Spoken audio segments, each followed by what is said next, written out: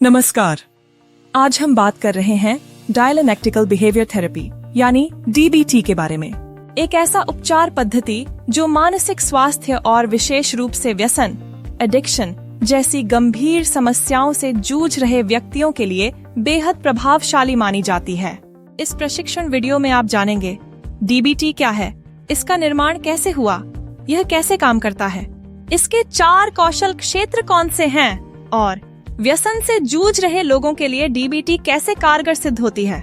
DBT क्या है? DBT यानी डायलेक्टिकल बिहेवियर थेरेपी एक प्रकार की मनोचिकित्सा साइकोथेरेपी है जो उन लोगों के लिए विकसित की गई है जिन्हें तीव्र भावनात्मक अस्थिरता, आत्म नुकसान या व्यसन जैसी समस्याएं होती हैं। डीबीटी का उद्देश्य है व्यक्ति को अपनी भावनाओं को नियंत्रित करना सिखाना, तनाव को झेलने की क्षमता बढ़ाना और सकारात्मक और पारस्परिक संवाद कौशल विकसित करना।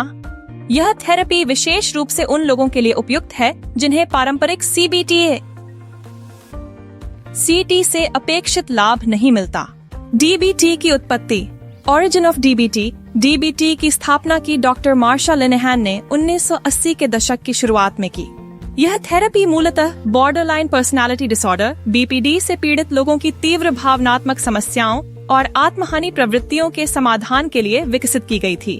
डॉक्टर लाइनहान को यह महसूस हुआ कि पारंपरिक सीबीटी में परिवर्तन तो सिखाया जाता है परंतु स्वीकार्यता की कमी होती है और इसलिए उन्होंने स्वीकार व बदलाव एक्सेप्टेंस एंड चेंज दोनों पर आधारित डीबीटी को जन्म दिया।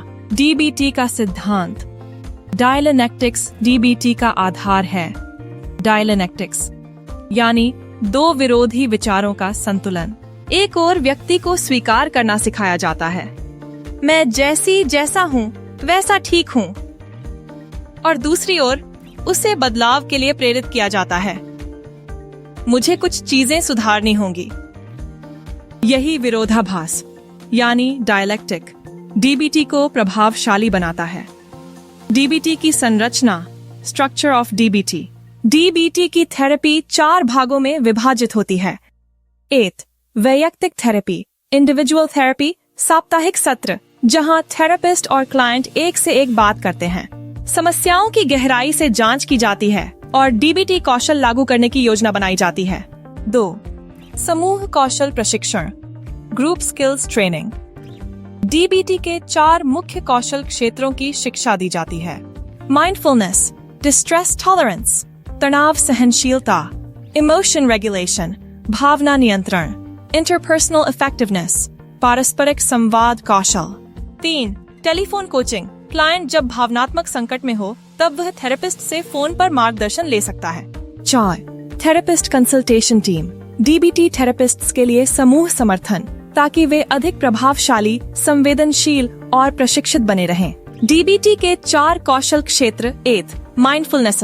यह व्यक्ति को वर्तमान क्षण में पूर्णतः उपस्थित रहना सिखाता है। विचारों का निरीक्षण बिना निर्णय के करना इसका मूल है।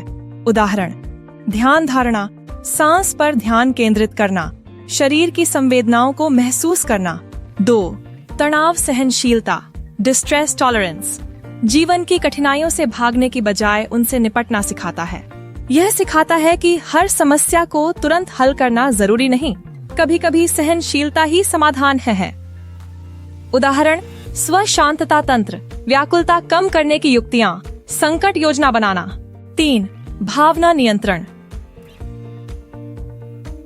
इमोशन रेगुलेशन, व्यक्ति को अपनी भावनाओं को पहचानने, नाम देने और संतुलित करने की शिक्षा दी जाती है।